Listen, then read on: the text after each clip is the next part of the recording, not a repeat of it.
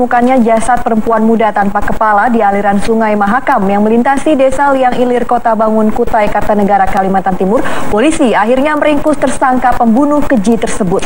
Ya, pengakuan tersangka bikin merinding bahwa kepala terpenggal korban terus tertawa ketika ditenteng untuk dibuang ke jurang. Mbak, biasanya gitu. Ya dorong aja.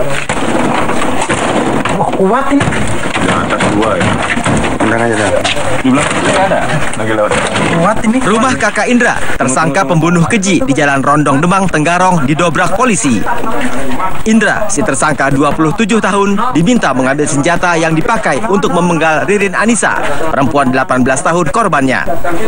Ternyata, Indra menyembunyikan sebilah mandau berdarah di lemari. Sebelumnya, Indra dicokok polisi di rumahnya di Kecamatan Barong Tongkok, Kutai Barat, 7 jam dari Tenggarong. Pengakuan Indra, si pemenggal Ririn Anissa, bikin merinding. Kepala Ririn Anissa yang sudah terpisah dari badannya masih mengeluarkan suara tertawa saat ditenteng untuk dibuang ke jurang. Ya tuh pokoknya saya bawa lari 100 meter lebih, kepalanya tuh baru dia benar-benar berhenti ketawa. Kepalanya tuh. Orang yang kecil. Itu juga di pusat potong tuh gak ada darahnya kok gitu. Gak ada, karena memang dia bilang dia kebal. Memang kalau kebalnya itu nggak diragukan lagi gitu, Pak. Dipotong kan. Sejauh ini, sigi polisi menemukan dua motif tersangka Indra memenggal kepala Ririn Anissa. Yang kami dalami, yakni karena korban atas nama Ririn itu berupaya untuk menjebak pelaku karena memang profesi pelaku itu sebagai pengedar narkoba. Yang kedua, motif lain adalah diduga pelaku mempunyai hubungan asmara dengan jadi karena khawatir ketahuan oleh istri yang bersangkutan, maka pelaku nekat untuk membunuh. Pengakuan Indra soal bongkahan kepala terpenggal korbannya yang masih tertawa bikin polisi mengirim tersangka ke RSUD AM Parikesit, Tenggarong untuk diperiksa kejiwaannya. Selain itu, juga untuk uji urin dan darah. Temuan jasad perempuan muda tanpa kepala yang terapung di aliran Sungai Mahakam yang melintasi Desa Liang Ilir, Kota Bangun, Kutai Kartanegara 4 hari lalu bikin gempar. Dan polisi sukses membongkar kasusnya. Tersangka Indra menebas Ririn Anissa, korbannya di lokasi hauling batubara milik PT ABK di Dusun Putak, Kutai Kartanegara.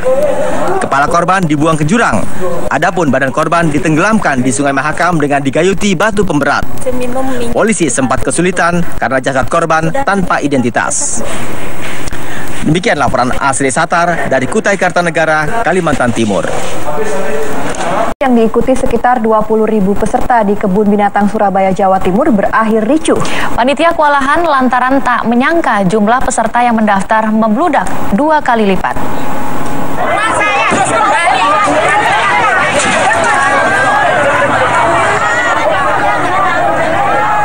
Emosi para orang tua dan guru dari peserta lomba mewarnai gambar di Kebun Binatang Surabaya, Jawa Timur tak terbendung lagi. Oleh karena sekitar 10.000 anak peserta lomba tidak menerima perlengkapan lomba yang semestinya, seperti buku gambar, majalah, sampai snack yang dijanjikan. Mereka menuntut uang mereka dikembalikan. Saya nggak mau bayar. Iya. Sama-sama ini. Iya. Apa yang saya bayar, gambarnya nggak ada. Nggak becus. Iya. Itu yang anu Bu, kan? Kalau yang sudah gini nih, yang sudah pegang ini pasti sudah bayar Bu. Kembalikan ke sekolah. Itu siapa yang tanggung jawab? Nanti kembalikan ke sekolah. Apa janji ya? Kembalikan ke sekolah. Iya. Kembalikan dia. Iya. Oh, enak. Kita jauh-jauh dari Benowo ke sini. Ada pula guru yang tidak ingin dituntut wali murid. Gambar sama sekali. Sekarang uang saya minta. Masalahnya saya tidak enak kan sama wali murid. Ya kiranya uang itu saya bawa, tidak saya bayarkan ke panitia. Ya kan akhirnya tidak dikasih. Saya kan tidak enak, makanya uangnya saya kembalikan ke wali murid. Setiap peserta dikenakan tarif pendaftaran sekitar Rp27.000. Namun, panitia pelaksana dituding tak becus karena tak siap melayani jumlah peserta membludak mencapai 20.000 peserta. Tak heran, Kebun Binatang Surabaya penuh sesak. Akibatnya sejumlah siswa terluka, bahkan pingsan. Sayangnya panitia pun tidak menyiagakan tim medis atau mobil ambulans. Mas, sejauh ini kesiapan panitia seperti apa, Mas? Karena kan acara seperti ini kan pasti prediksinya membludak, Mas. Tapi kami membatasi peserta. Peserta kan batasi 10.000. Tapi karena ada poster pengumuman dan spanduk itu, dan mereka tahu, mereka datang pada hari H.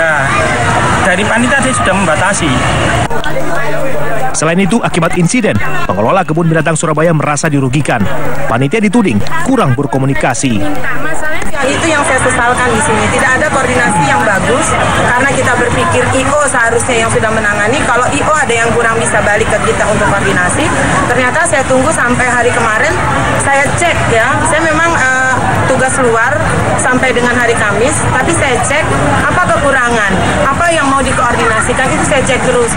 Saya dapat laporan dari staf komunikasi semuanya baik, semuanya sudah diatur. Jadi saya berasumsi hari ini pun tidak ada permasalahan seperti ini karena alhasil acara lomba mewarnai gambar dihentikan. Para orang tua peserta merasa kecewa hingga akhirnya memilih membawa anaknya pulang ke rumah. Demikian laporan Samsul Huda dari Surabaya, Jawa Timur. Pemirsa, aksi premanisme konvoi puluhan anggota Ormas memicu tawuran di Jalan Raya Basuki Rahmat, Jatinegara, Jakarta Timur. 2 warga terluka dan sebuah sepeda motor milik perusuh dibakar warga.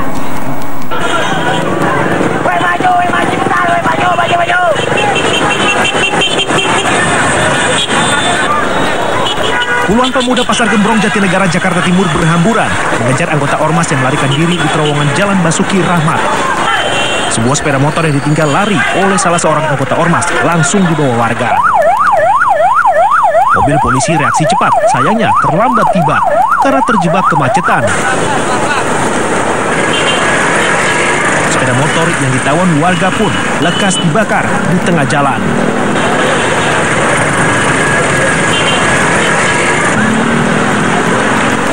Insiden penyerangan berlangsung cepat. Saksi mata menyebutkan anggota Ormas yang tengah konvoi sepeda motor tiba-tiba menyerang seorang juru parkir yang memakai seragam Ormas lain. Saat kejadian, ibu pedagang bernama Titin ikut diserang di tengah keributan. Titin terluka di bagian tangan dan nyaris dikeroyok. Banyak, Pak. Lagi jualan, nggak tahu menau. Saya karena orang pada lari-lari, saya keluar. Tabrak sama orang satu. Saya jatuh terlentang, injak tangan saya. Kata saya, tolong, saya nggak ikut apa-apa, saya nggak tahu apa-apa. Saya tendang tuh orang itu. Disambit pakai helm, saya nggak kena begini. Ngeluarin bandit, Pak, segini-gini. Samurai, malah sendal tajam, Pak, segini-gini, Pak. Banyak, Pak, banyak. Nggak tahu deh. Bu, saya nggak tahu mana. Ayo. Naik motor, Pak, naik motor. Polisi mengamankan banyak senjata tajam milik penyerang di lokasi. Seorang pemuda lokal, Winsa, bahkan sempat menerima sabetan celurit ketika berusaha menyelamatkan Titin. Dari kolong, Mbak. Dari kolong, dia standby di sana. Standby terus nyerang sini. Ini mau maju malah nolongin anak ibu ini nih. Saya rebut. Kena Motor sabuk. BBR saya rebut. Iya, saya rebut kepala orang Lurit, ini. Bang.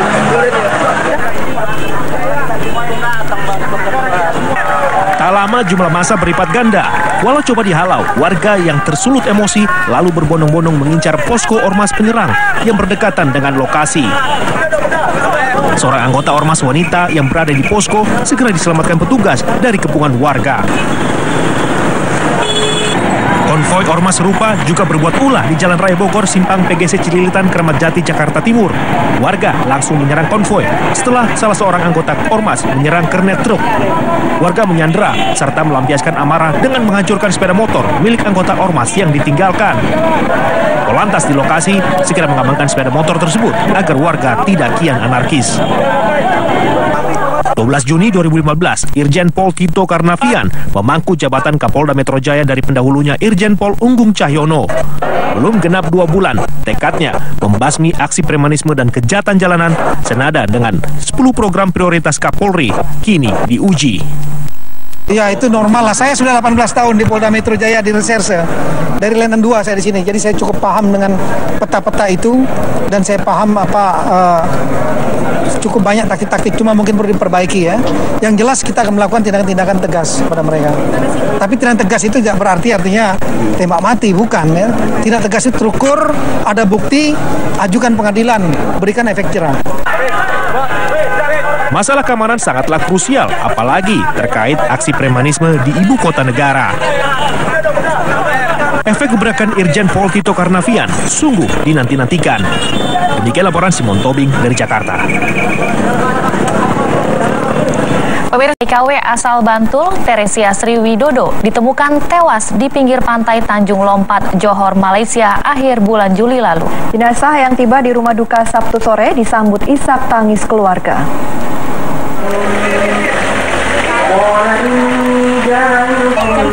Jenazah almarhumah Teresia Sriwidodo akhirnya tiba di rumah duka Desa Timbul Harjo, Sewon, Bantul, Yogyakarta, Sabtu sore. Isak tangis Siti, anak korban, menyambut jenazah ibundanya yang meninggal akhir bulan Juli lalu di Johor, Malaysia. Siti tak menyangka pertemuan dengan ibundanya jelang lebaran bulan Juli lalu adalah pertemuan terakhir mereka. Teresia Sriwidodo berangkat ke Malaysia 14 Juli lalu, bekerja sebagai pembantu rumah tangga, namun secara ilegal, berangkat melalui jalur laut. 21 Juli, seminggu setelah keberangkatannya ke Malaysia, Teresia ditemukan meninggal di pinggir pantai Tanjung Lompat, Johor. Belum diketahui apa sebab meninggalnya. Meski keberangkatannya ilegal, ahli waris tetap mendapatkan santunan dari BP3 TKI Daerah Istimewa Yogyakarta. Ini sebenarnya mungkin barangkali dampak dari himbauan dari gubernur. Himbauan dari gubernur itu memang tidak boleh memberikan TKI informal atau PRT, itu memang himbauan, tapi akhirnya kabupaten kota maupun Disnaker itu tidak berani merekomendasikan, sehingga warga khususnya di Yogyakarta tidak bisa berangkat ke luar negeri melalui jalur yang resmi, khususnya pembantu rumah tangga. Lah ini saya yang sebenarnya kurang begitu serg ya. Artinya kalau menurut saya secara pribadi, baik dari BP3 Yogyakarta itu sepanjang ada persyaratan yang resmi, itu justru malah saya boleh dari BP3 Yogyakarta seperti itu. Akhirnya nanti kalau meninggal itu bertanggung jawab jelas seperti itu. Jenazah Teresia dimakamkan di pemakaman keluarga Desa Timbul Harjo. Kini sudah 6 TKI ilegal asal Provinsi Daerah Istimewa Yogyakarta yang meninggal di luar negeri. Demikian laporan Santosa Suparman dari Bantul, Yogyakarta. Yaitu berangkatnya pada tanggal